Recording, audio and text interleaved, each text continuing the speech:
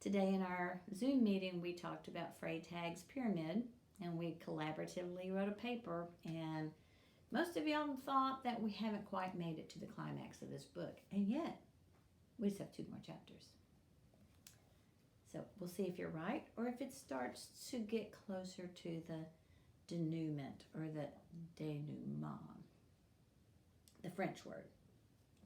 Okay, so the last thing we talked about is when Simon was really starting to do a lot of paintings on the way on their trip to London, and he every time the geese jumped out of the cart so that they could feed and eat, he would sit and paint beautiful things.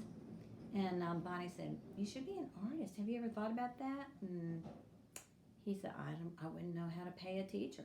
And Bonnie started to open her mouth to say something, and she thought, "No, I'm not going to say what I'm thinking." I wonder what that is. Late in April, that's what month we're in. Late in April, they came to the top of Hampstead Hill, among the gray old houses and the young green trees. At the foot of the hill, they could see the village of Chalk Farm. And far away, the great city of London spread out with its blue veil of smoke and its myriads of spires and chimneys. That does sound like Charles Dickens' time period. The veil of smoke over London, and the blue veil of smoke, and the spires and the chimneys and the chimney sweeps. Sylvia felt a quickening of her heart to think she was so close to her dear Aunt Jane again. How pleased the old lady would be to see her beloved little niece. Hope she gets to. They camped that night on Hampstead Heath near a tribe of gypsies. And indeed, they looked like gypsies themselves. Bonnie and Simon were as brown as berries, and their black locks were decidedly in want of cutting, while even Sylvia would hardly have recognized herself for the thin, pale little Fairchild she used to be when they were at Willoughby Chase Mansion so many months ago, because now her cheeks were pink and her hair, though not its original length after being chopped off at the orphanage with a pair of blunt scissors, was thick and shining and reached to her shoulders. They found an obliging dairyman in Hampstead Village who was willing to keep Caroline, that's the donkey, and the cart for them in his stable, and next day they drove the geese down to London. "You girls had best not come to Smithfield Market," said Simon. "It's a rough, wild place, not fit for little invalids and little maids." "I've been thinking," suggested Bonnie, "how would it be if we tried to find Mr. Gripe's office while you are at the market? Sylvia, can you tell us where lawyers' offices would be in London? Where are they usually found?" Sylvia said she thought they were in the region of Chancery Lane, having inquired the way of a constable, that's a policeman in England. Therefore, the girls accompanied Simon as far as Lincoln's Inn Fields, and then he left them with Goosey and Gandy.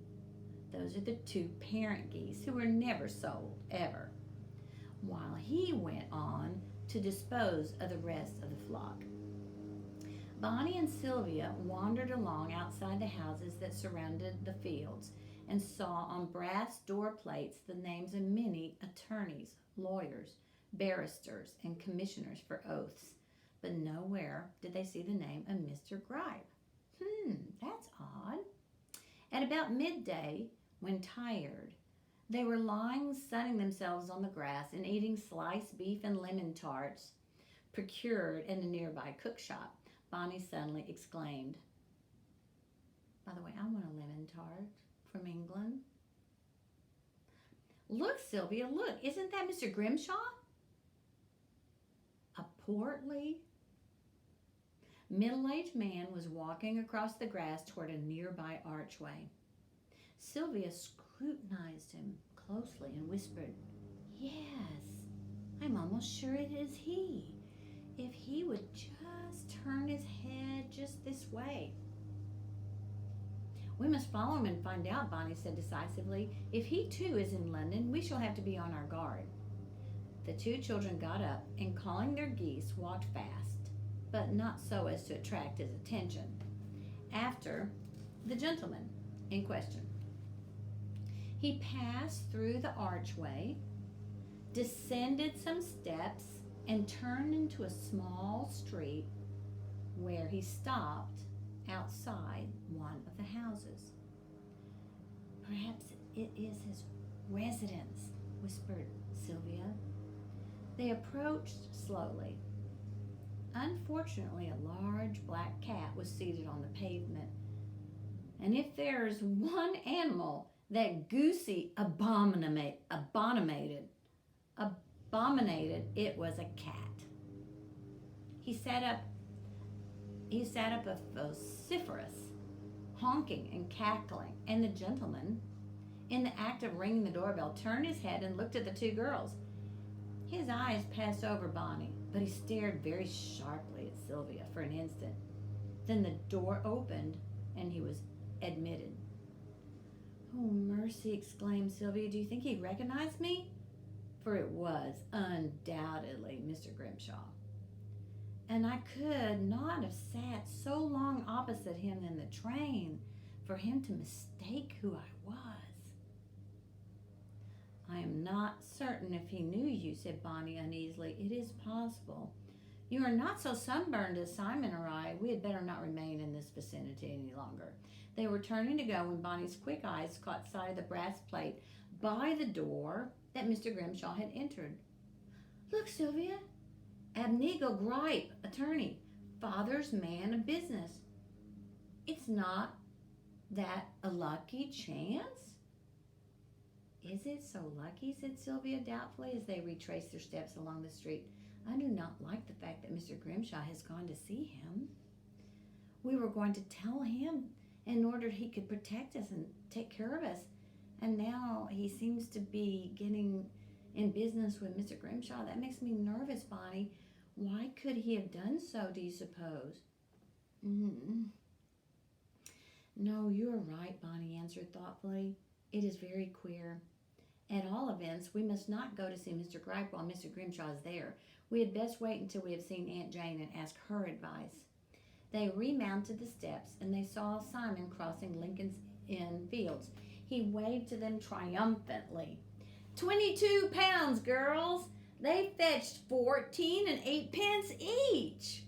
he called as soon as he came within earshot. "We're rich!" "Heavens, what a lot of money," breathed Sylvia. "Let us be off to Aunt Jane at once," said Bonnie. "Shall you want me to come?" asked Simon diffidently. Gracious, yes. Why ever not? I'm only poor and rough." "Oh, what nonsense," said Bonnie, seizing his hand. "You can't come all this way with us and then desert us now, just when things might turn out better. Sylvia, tell us how to get there from Park Lane." They finished their 400-mile journey riding on the open upper deck of one of the new horse-drawn omnibuses, geese and all. Though Sylvia did rather shudder to think what Aunt Jane would say to this, should she chance to be looking out of her window when they arrived. Aunt Jane had many times told Sylvia that no lady ever rode in an omnibus, and more particularly not on the upstairs deck. "I feel half afraid," confessed Sylvia, laughing, looking up at the familiar tall house with its Grecian columns on either side of the door and white window boxes filled with lobelia. "Look, Bonnie, that is our window, the attic one, right up in the roof." "The window box flowers are withered and dead," commented Simon. "So they are. That is not like Aunt Jane," said Sylvia, puzzled.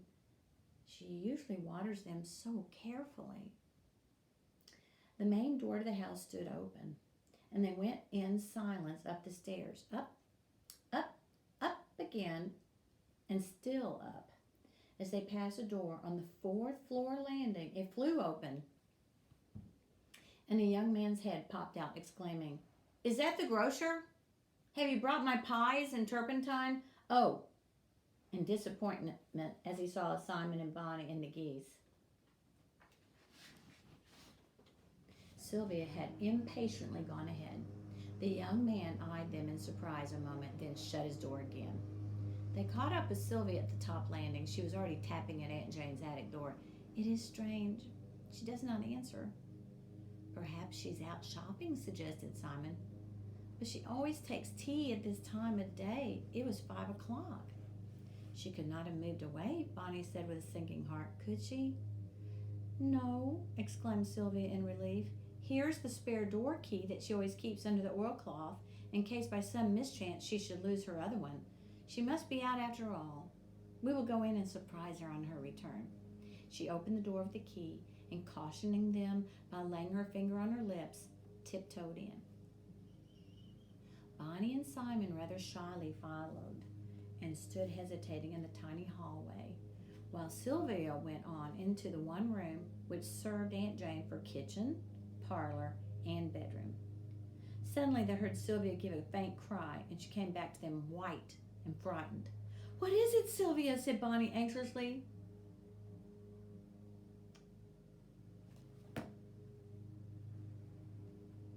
We'll read more tomorrow.